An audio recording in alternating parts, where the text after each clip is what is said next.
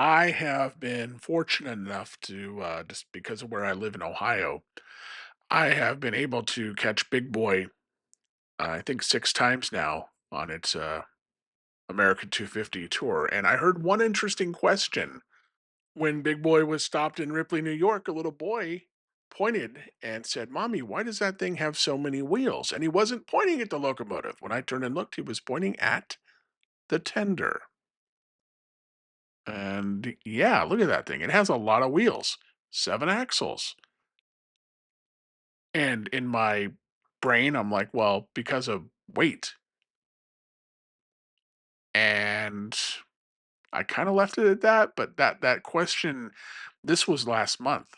I heard that little boy say that, and that question kind of lingered, and I looked it up, and sorta, the answer is sorta, but there's more to it. My name is Mark Magana, and this is Railroad Economics, where we explain why the railroads do what they do and how the business really works. Today, we're going to talk about not modern freight cars or anything like that. We're going to talk about Big Boy's tender and why 85 years ago now, Alco, the American Locomotive Company, gave Big Boy a what is called a centipede tender, all those little wheels along the tender with the nice chrome, almost like hubcaps. Reminds me of a Brio locomotive. But why did they do that? And we'll start with the obvious. Big Boy's tender is enormous. It carries 25,000 gallons of water. Originally, it also carried 28 tons of coal. Just the water weighs more than 200,000 pounds.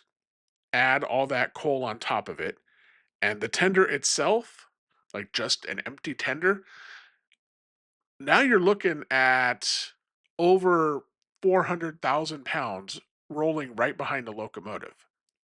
That's a loaded tender. The water, the coal, the tender itself. I think I think the number I came up with was actually closer to 430,000 pounds, but just let's just say 400,000 pounds plus to be safe. So yeah, that requires a lot of wheels. But here's the interesting part. That still doesn't answer why Union Pacific wanted a 400,000 pound tender in the first place. Now let's take a step into the time machine. Imagine you are running Union Pacific in 1941. You just spent the equivalent of $5 million building the largest steam locomotive on Earth. Big boys, when they were delivered, they cost the railroad about 200, but if you adjust for inflation to today, yeah, they would have run about 5 million, the equivalent of about 5 million. When when does that locomotive, when does that massive investment, when does that make money? Well, obviously, when it's pulling freight, not when it is stopped taking on water or taking on coal, not when it is sitting in a terminal. Every stop costs time, and time costs money. It's a cliche, but it's true.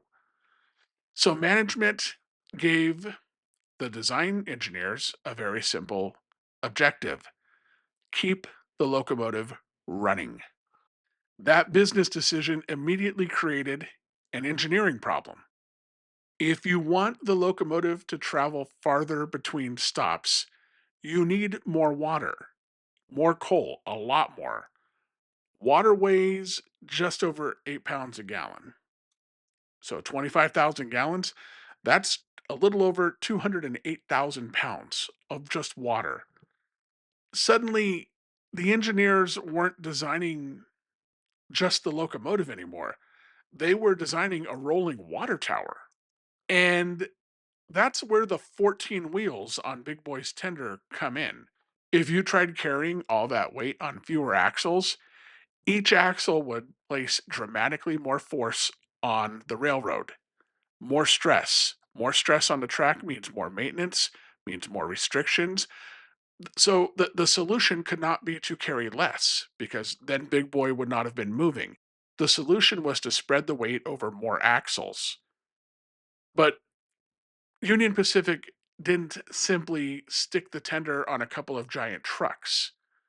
Look at the yellow tenders behind Big Boy. They're just on massive trucks. Instead, they created one of the strangest tender designs ever built. So, a couple of things worth pointing out because I know there's going to be that guy in the comments that's going to be like, "Well, actually," and that's okay, man. I get it. I do. Big Boy was not the first centipede tender. Those actually started showing up around 1939 and specifically on the Union Pacific with the FEF2 and FEF3 Northerns. Later, the Big Boys and the Challengers. Now, was Union Pacific the first adopter of a centipede tender?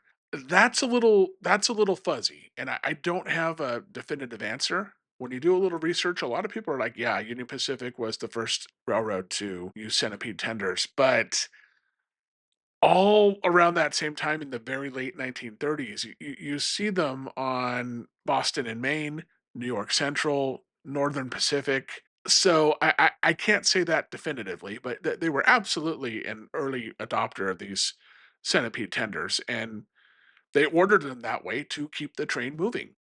Yeah, it is called a centipede tender, at least by us rail fans.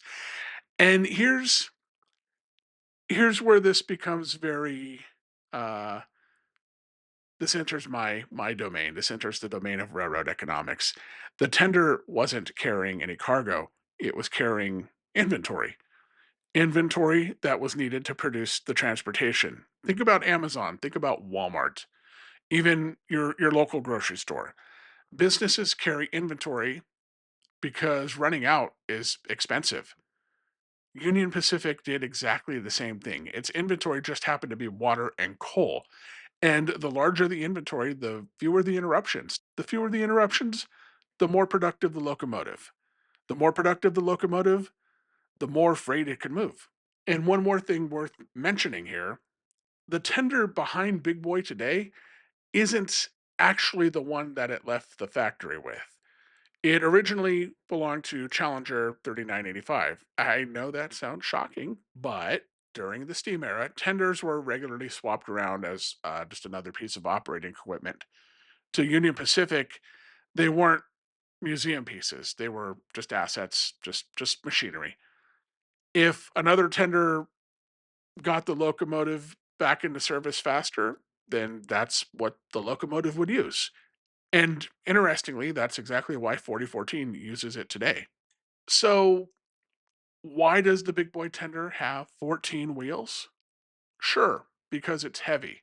But it was only heavy because Union Pacific wanted to reduce stops. That business decision forced engineers to design an enormous tender. That enormous tender required 7 axles, and those 7 axles gave us one of the most recognizable tenders ever built. The engineers didn't wake up one morning and decide, "Wow, it would be cool if we put 14 wheels on this thing." Union Pacific's accountants, dispatchers, operating department wanted a locomotive that spent more time earning money. And the engineers that designed this thing at Alco, they simply figured out how to build it. This is an instance where the economics drove the engineering.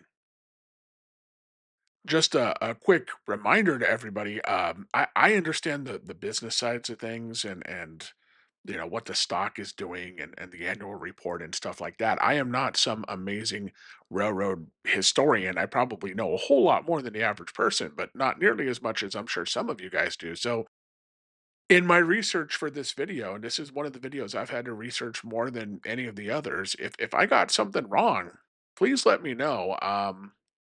Sometimes sources say different things, and some people were adamant the UP was the first company to use a centipede tender, but I really couldn't verify that. I tried, so if I got something wrong, please let me know. With that, thank you so much for watching Railroad Economics. My name is Mark Magana, and if you could hit the like and subscribe, or even just watch another video, that would help the channel immensely. Thank you so much, and I will see you next time.